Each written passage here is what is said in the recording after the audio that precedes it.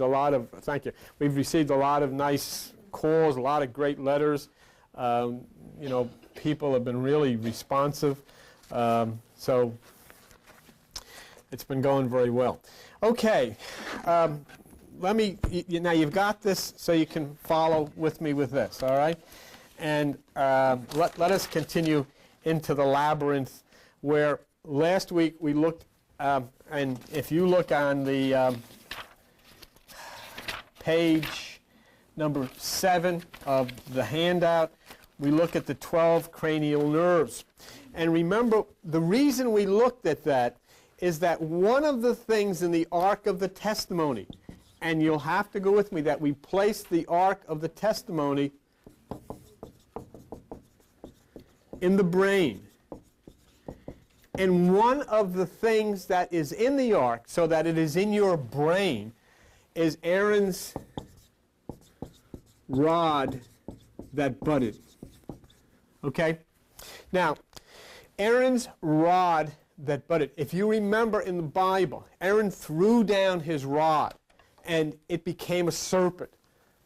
And then the magicians threw down theirs and his swallowed theirs. In other words, it was the truth. In other words, it's not a manufactured religion. It's not some kind of a thing that's somebody's idea. This was the real thing. And so what's being said here is when we throw down dependence on the rod or the spine, which is ourself, we then become or awaken this serpent, which is the kundalini, and then this was placed in the Ark of the Testimony, which means it's in the brain. Now, if you remember, if you look at page 7, you see you have 12 cranial nerves in the brain. And the rod will send signals, or the spine will send signals to each of those 12 nerves and will receive signals from each of those 12 nerves. Okay, and that's in the Ark of the Testimony. That's in the brain. And if you look on page 133 in the Bible, or if you look in the book of Numbers, in Numbers chapter 17, Numbers chapter 17, and if we look at verse 2, speak to the children of Israel. Take every one of them a rod according to the house of their father. Well, if you see, you have 12 cranial nerves in your brain. And there are 12 houses in the zodiac. And so each of these is taken to the house of their fathers. Of all their princes, according to the house of their fathers, 12 rods. Do you see that? 12 rods. And now if you look here, you'll see the listing of the 12 cranial nerves. So the 12 rods, the 12 cranial nerves, are the attachment to the brain. You know, and that's why then this rod would be a symbol. This rod is contained in the Ark of the Testimony, which we previously have placed in the brain. Okay? Now, if you look, Numbers chapter 17, look at verse 3. And one rod shall be the head of the house of the Father, okay, in the tabernacle of witness. And now look at verse 8. And it came to pass that on the morrow Moses went into the tabernacle. Remember, we're talking about the brain. And behold, the rod of Aaron for the house of Levi was budded, brought forth buds and blue blossoms, and yielded almonds. Okay? That budding rod that yields almonds is in the brain. We have to attach it in some way to the brain. Now, if we take the word almond and we look up the word in Stedman's dictionary, almond oil, okay? The word that we'll find in Stedman's dictionary is that it is a fixed oil from sweet almonds containing amygdalin. The point that I'm looking at here is why did this rod, which is the symbol of the spine, which then electrically comes into this kundalini, why did it bud almond? Why did it give forth almonds? Why is it in the Bible? Why is it important?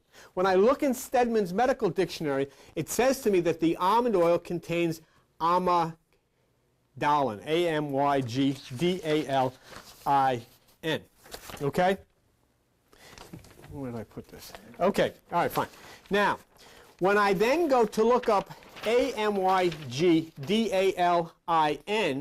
in Stedman's, it says a glucose present in almonds. All right, so we know that. Then it says Amygdala.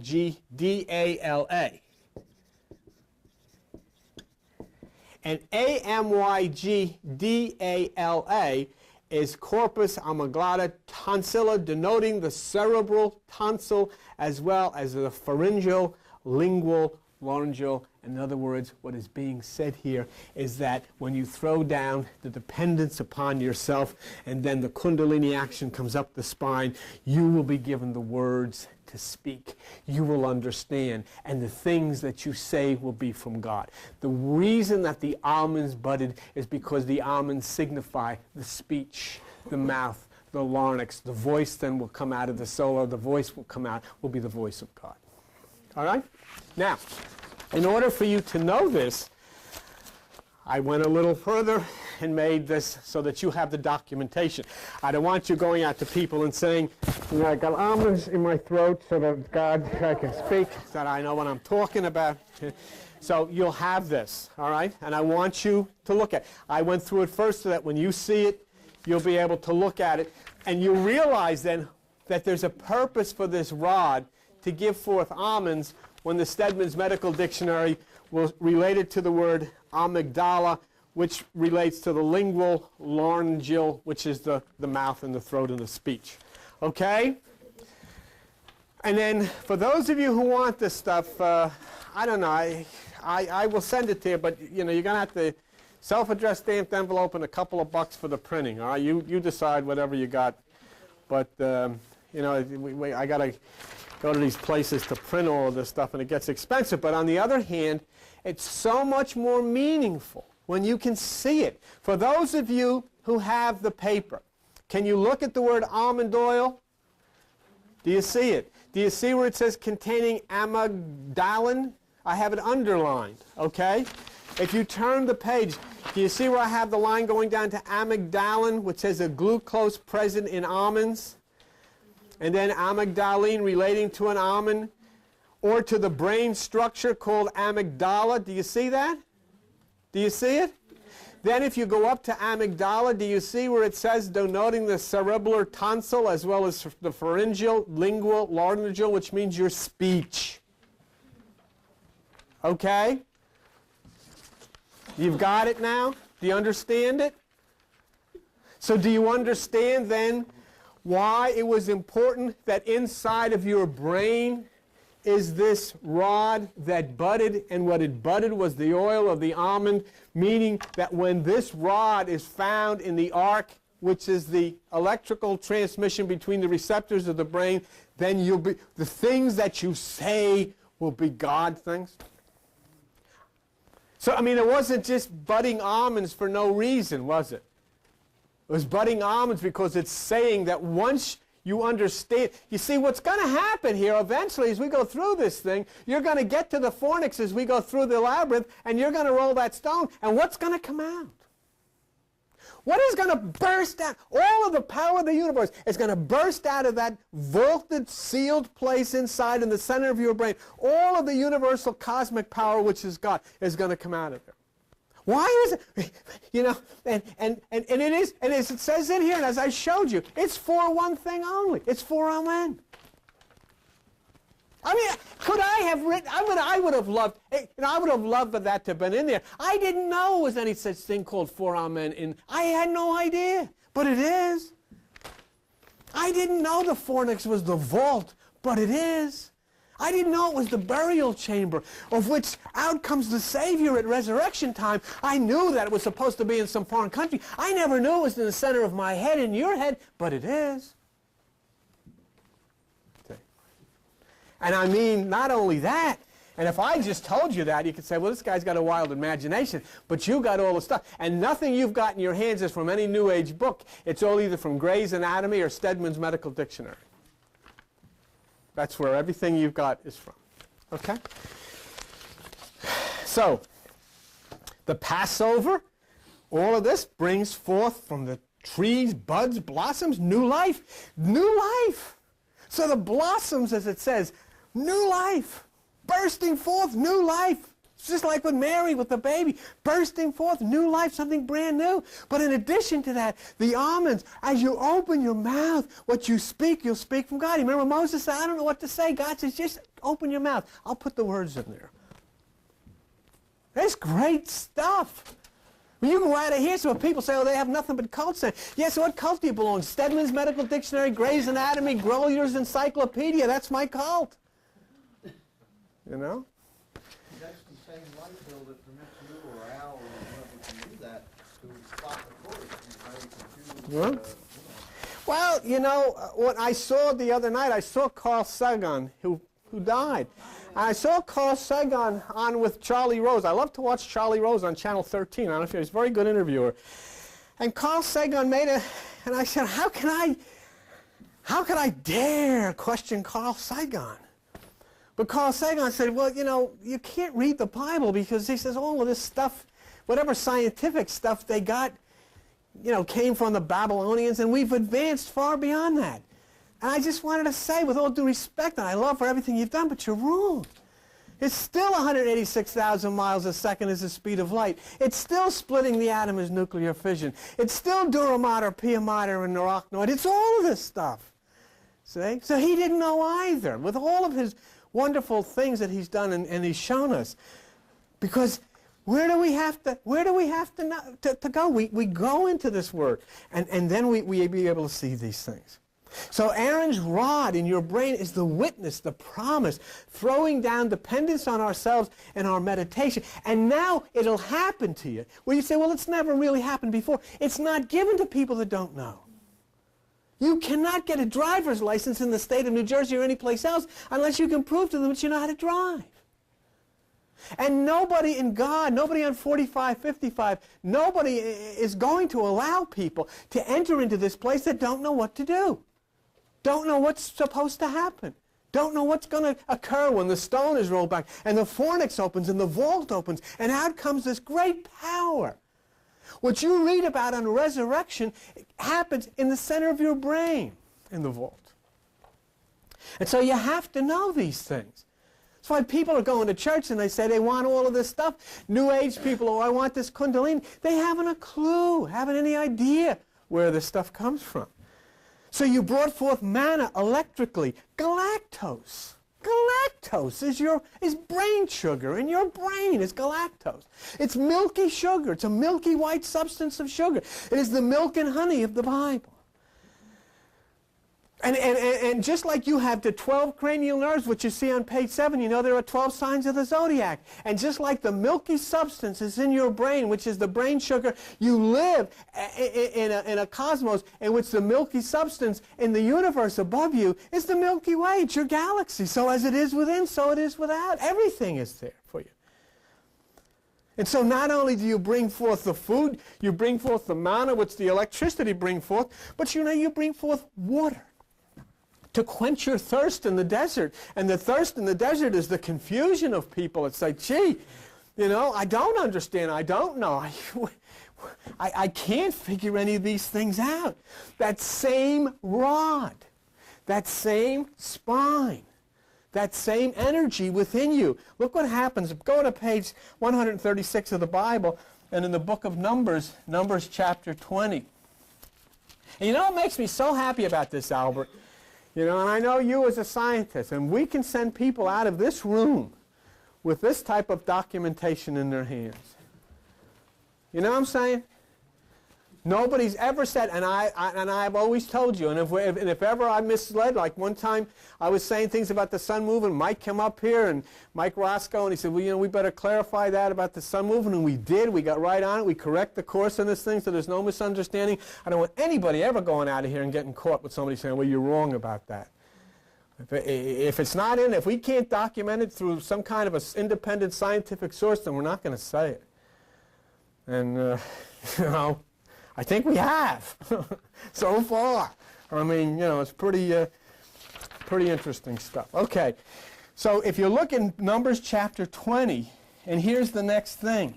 In Numbers chapter 20, here is verse 8, and God speaking to Moses saying, take the rod, get everybody together, Aaron and all of this stuff, and speak before, you see the rock before their eyes? The rock before their eyes is the pineal gland. It's the pineal stone. It's the stone that the builders rejected. It's a small, conical, pine-shaped cone. That's the rock before their eyes. And what do? You touch the rock with the rod. In other words, it is the energy from the spine that goes up and touches that, and the water flows, which means the truth, the understanding. It's just like, well, you're sitting here. Just think. Just think. You say, well, gee, I don't know if I've made any progress. Think of what you know. Think of what you got in your hand in those pages that I gave you. Everything you've got in your hand is not from some crazy journal or some screwy, you got in your hand from the best scientific publications in the history of the world. In your lap. You got it. What do you know? What are you learning about your brain and what goes on inside? Forget whether you've ever graduated from school. Forget whether you know anything according to this world. Forget that. Because when that door opens, when that stone rolls away from that fornix in the center of your brain, forget everything. Because then you find out that what people think is intelligence doesn't even matter. So here it says, take that and touch the rock. And look at verse 11. And Moses lifted up his hand, and with his rod he smote, which means he hit the rock twice, and the water came out in abundance. But then look in verse 12, and God said to him, hey, Mo, because you didn't believe me, because in the front of all of these people, and what a warning that is to the church, what they call the Church of Jesus Christ. Are you kidding me? Do you know what God just said? You know what you did, Mo? You, in front of all of these people, you turned your back on what I said.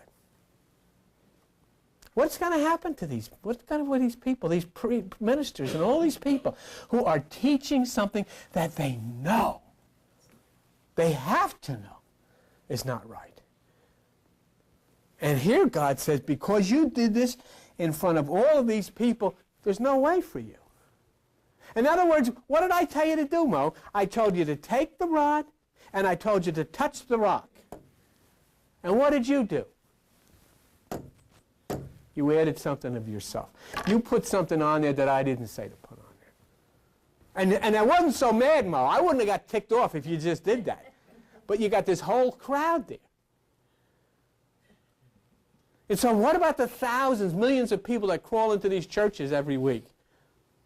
And none of them are ever able to be exposed to the truth of what God really taught, where God really is. Your kids don't know. You know, this is what I don't understand. That people take their kids to these churches, and then you look around, and the whole world is either drugs or violence or killing and raping and bedlam, and saying, why does this happen? What do we need to do? Oh, we need to build more jails. We have to get more cops. We have to get more guns. Maybe we have to get rid of these Sunday schools that are teaching the kids all of this lunacy and this violence that is being taught in all of these places. It's hard. But isn't your child's life worth it?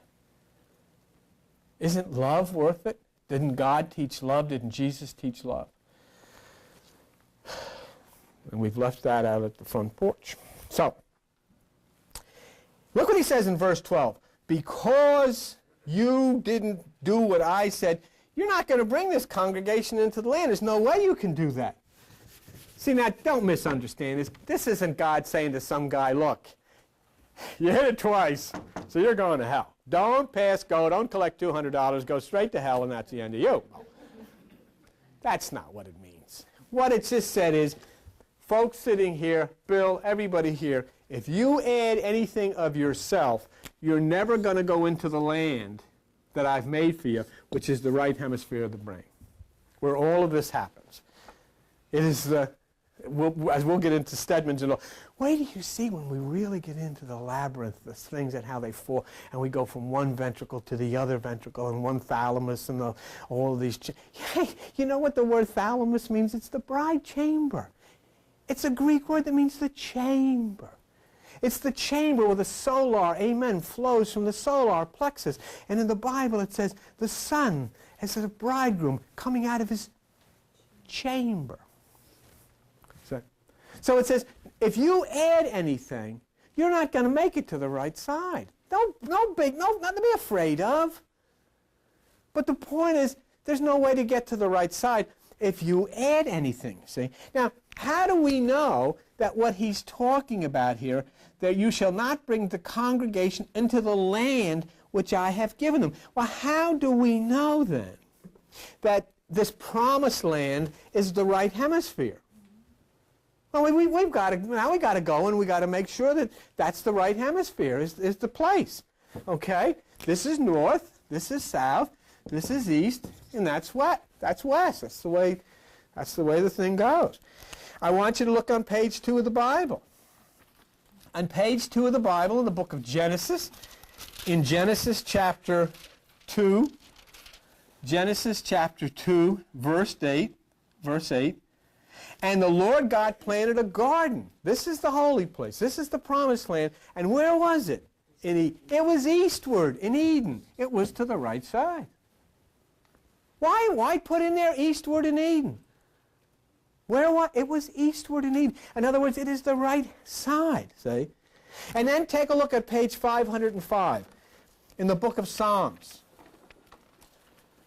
In Psalm chapter 80. And I think we have, the second scripture will pretty much document that what we're talking about here is correct. Psalm chapter 80. And look at, we're talking about the vineyard, the place where the wine flows, the place where the grapes flow, and all of this stuff. It says in verse 15, and the vineyard which your right hand has planted, and the branch that you made strong for yourself. The vineyard that your right hand has planted. Eastward, to the right side. And there was a fellow named Jesus that said, if you want to find, cast your net to the right side. Okay? And what about the branch? I gave you this handout this morning. Okay? Open it up to page 24. A branch is an offshoot. In anatomy, one of the primary divisions of a nerve or blood vessel. Okay? So it's all part of your body, of you. And the branch and all of these things that branch off from one place to the other throughout the body and enter in and move through you. All of this is part. So the right hemisphere of the brain, that garden where you're going to find the vault, where you're going to find with a cherubim, the cerebrum, the brain, the cerebrum, the cherubim, which is all covered. Look, you know what I want to show you?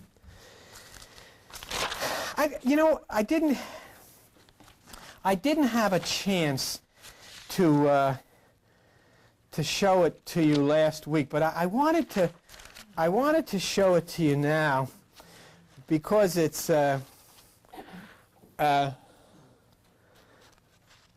let's see. Let me look for just a minute at 1 Kings 6. I think it's there. 1 Kings 6, 27. Okay, yeah, there it is. Let's go there. Go to page. I'm going away from where I was, but somebody tell me what page 1 Kings 6:27 is. I want you to look at this. Huh? 297. Go to page 297. All right? Page 297. Okay. And then,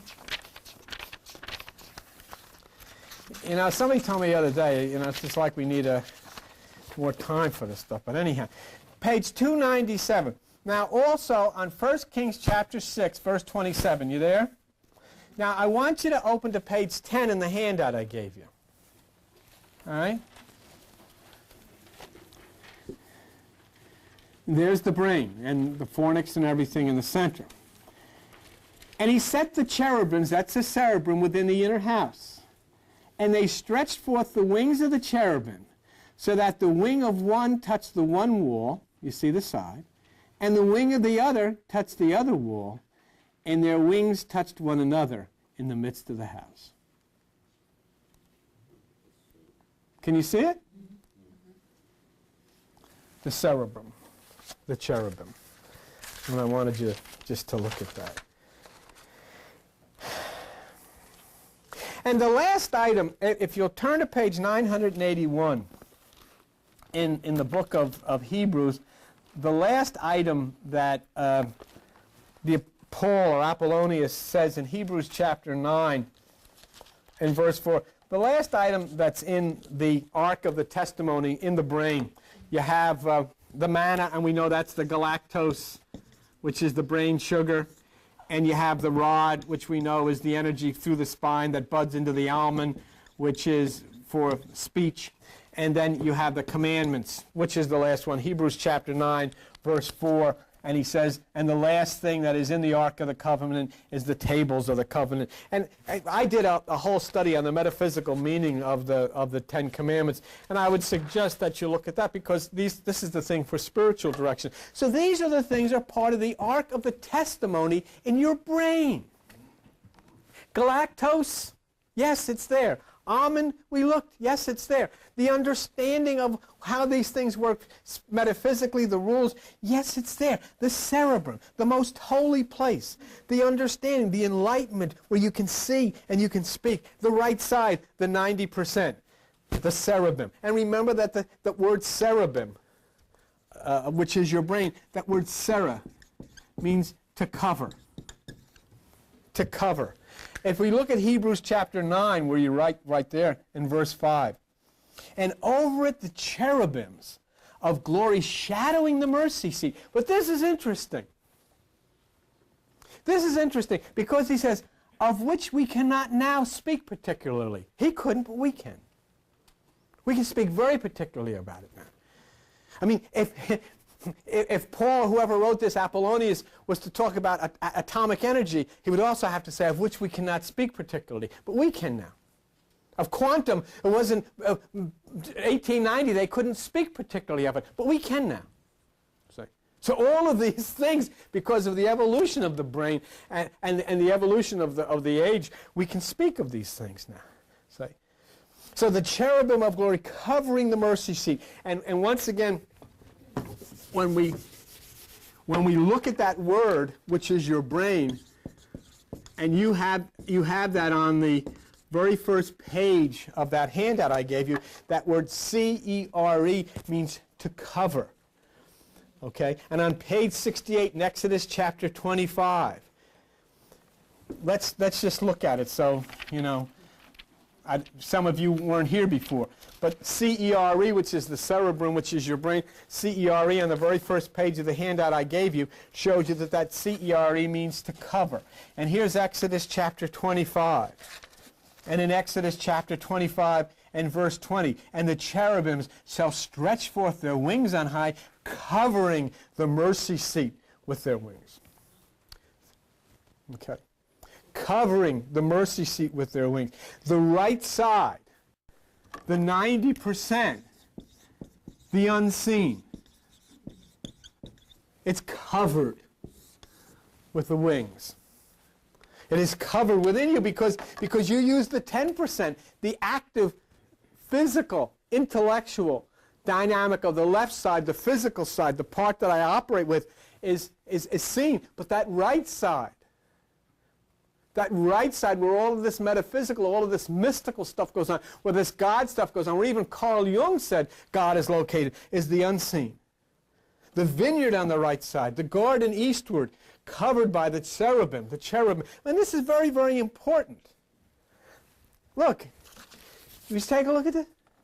Do you remember we showed it a minute ago? And it talked about one wing stretches out to one wall, and the other wing stretches out to the other wall. Huh? And in the center is the fornix, and in the center is the pineal gland, right?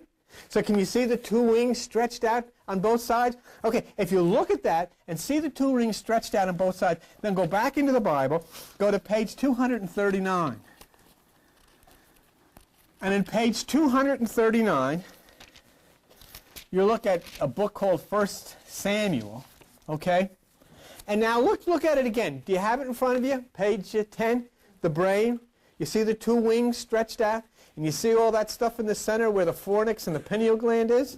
And it says in 1 Samuel chapter 4, verse 4, and the people of the elders hath the Lord smitten, blah, blah, let us fetch the ark of the covenant out of Shiloh, that when it comes it may save us. So the people in verse 4 went from thence to the ark of the covenant of the Lord of hosts, which dwells between the cherubim, which dwells at the center of the cherubim. Do you see it? Does it say he dwells between the wings of the cherubim? If cherubim and cherubim are the same, do you see the wings on the page in front of you? And do you see what's in the center there? And he says that's where he dwells. And that's where the fornix is. That's where the vault is. That's where the cave is. That's the burial place of the Christ. That's the birthplace of the Christ. Folks, forget about your reading of the baby born in a manger. The manger, if you look back in the fornix, is in the center of your brain. Why did he have to be born here in that very little place in the center? Because there's no room in the inn. It's too busy. We're too busy here with all of this stuff. So the birth has to take place there. The fornix, it's the place of the bridegroom. It's the place of the intercourse with the pia mater, with the child is born in the fornix. And it is the root of a word that you know where the intercourse is not with the Holy Mother. It's the root of the word, and you can look it in your dictionary, of the word fornication. And the fornix is for the bride and for the bridegroom. And you're the bride. And it's yours. So, this is the holiest place, beyond the veil, beyond the arachnoid. So the manna, the rod, the law of the body and the universe are within the most holy right side, and the mercy seat, beyond any possible touch or sight. Remember something, and this is the important part, because you go to a lot of this New Age stuff. And let me tell you again, I don't care if you're Joni or Joan, or if you're Ethel, or if you're Cindy, or Dave, or Charles, or whoever you are, get something real clear. You can never see the inside of the fornix. All you have to do to make the stone roll away is be still. The fornix is not for you. The fornix is not for me. The fornix is for a man. And if you let him use that, and if you say yes, the stone will roll away, and all of the power of the cosmos will come. Whoa.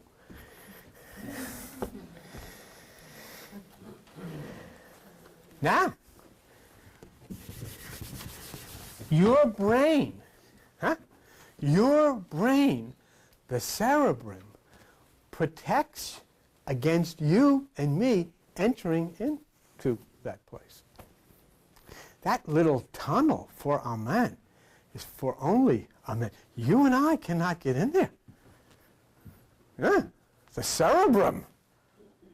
The brain is structured so that we can't get in there. That's right. Go to page 3 in the Bible. And in page 3 of the Bible, in chapter 3 of Genesis, look at verse 24. Myth, but it's telling you an anatomically correct point. So he drove out the man, and he placed at the east of the Garden of Eden, at the right side, folks, what? Cherubims. The cerebrum was so constructed, the flaming sword, which is the fourth level of consciousness, the fire, for what? Right? To keep you and me and everybody else that think we were going to take the kingdom by force out. All that we were ever asked to do was touch it. Not bring any of our Hindu, Christian, Muslim, or Buddhist gobbledygook. Just touch it. And if you think that you can learn how to do it by a New Age book or a religious book, remember the cerebrum is so constructed that it will not allow you or anybody else to get in there. the Krishna, that power of the solar energy, is all that can move through there. The right hemisphere of the brain is off limits to the activities of the intellect. You cannot even learn about it. Now, cherubims covering it with the flaming sword, the fourth level of consciousness. Cherubims covering it with their wings. They stand there. I mean, this is myth. I mean, you know, this is all electrical energy. But I'm trying to explain what goes on inside of the cherubim. Something is standing, protecting something. Do you remember? And I've had some people run away from that. Do you remember we talked about the excuse?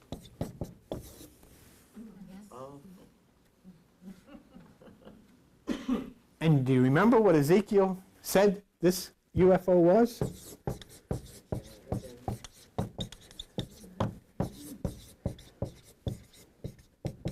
In other words, what was being said there is that this cerebrum, when it touches the frequency, allows you to see things that are there. I had somebody write to me and say, well, you know, you say there's nothing as angels. These are just arcs of electrical angles. No. There's a misunderstanding. The angle which causes the arc of the receptor of the brain opens you to a frequency where you see these people. There are no such things as angels. They're people. They are people who are advanced intellectually and mentally and are able to do things that we're not able to do because we haven't advanced and we haven't evolved to that place. You're on channel 13. These things that you call angels that are people may be on channel 77. You cannot get onto channel 77 unless you flip the switch. Try it on your television. Sit there on channel 13 and pray that you can see channel 70. You can't. What do you have to do? You have to flip the switch. You push the switch. And what happens when you push the switch? Oh, there's Larry King. But you can't see him by sitting on channel 13 and saying, I'm claiming this. It ain't going to work. You have to touch the switch. And when you touch the switch, you open yourself to a frequency, and then these things that are angles of light, which you call are actually the angles of light, flip the switch to make you get to that point where you can see these things. And all it is are people like you who have evolved to a much higher discipline, to a much higher status, who are utilizing that part of the brain. Why? Because they live places which have evolved through the movement of the universe. And so they're of a greater strength. But it protects the right hemisphere of the brain. So then, what would happen? If somebody has an occasion to have one of the switches tripped in the cerebrum, an electrical arc, they could be walking out from however this might happen. They could be walking out, look up in the sky and see a UFO. And they'll tell you and they'll tell everybody and you say, oh, yeah, yeah, sure. I know, Al, that's right, you saw a UFO, yeah, okay. But you didn't see it. Or somebody saw the Virgin Mary. You can see whatever you want to see.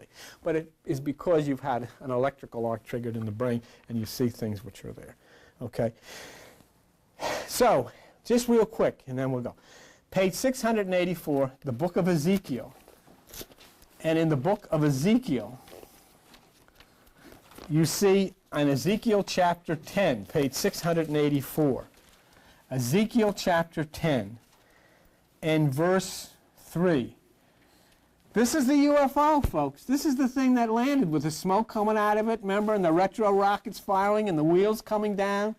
And the captain sitting in the middle between the wings of the cherubim landing this thing, and this guy saw all this.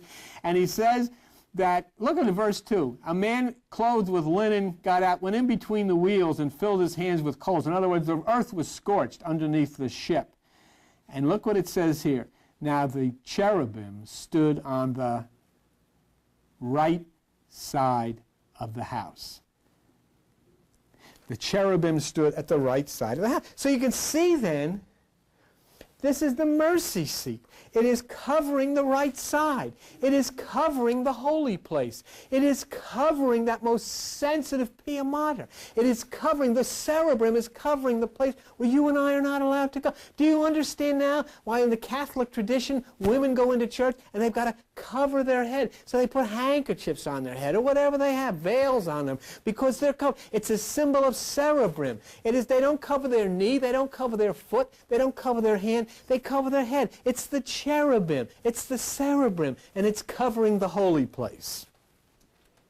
Okay? They don't know that, but that's what they're doing, and it's beautiful. It's a symbol, and it's a good thing. And see, that's why Jesus says in John 21:6, cast your net to the right side. It's where it's happening. It's where the cherubims are. It's where the cherubim is. And it says, and the cherubim, look, you see, are you still in Ezekiel 10:3? All right, look at 10:19. And the cherubims lifted up their wings and mounted up from the earth, and they went out, and the wheels were beside them. Angels don't have wheels. UFOs have wheels. And everyone stood at the door of the east gate of the Lord's house, and the glory of Israel was over them and above. Of what cherubims? And we prove that cherubim is cerebrum. It's your head. And the flying noise, the whirling vortex, the wings, the flash of lightning, wherever the wheels went, and all of this kind of stuff. And look at verse 20. We're talking about the cerebrum. This whole study is about cerebrum. It's entering into your brain. And we're about to launch a real movement deep inside of the most sensitive part of your brain. And in the cerebrum and the cherubim, in Ezekiel chapter 10, verse 20, Ezekiel says, this is the living creature I saw by the river at Chebar. And I knew. He didn't say, I think. I knew that they were the cherubims. I knew. Galactos is the brain. Cherubim is the brain. Cherubim, the tabernacle of the brain. The UFO, the cherubim, the tabernacle, the right side, the brain, the whole thing. And as we stay in the understanding that this is all in the body, in the brain, in the spine, we can begin to understand it's working.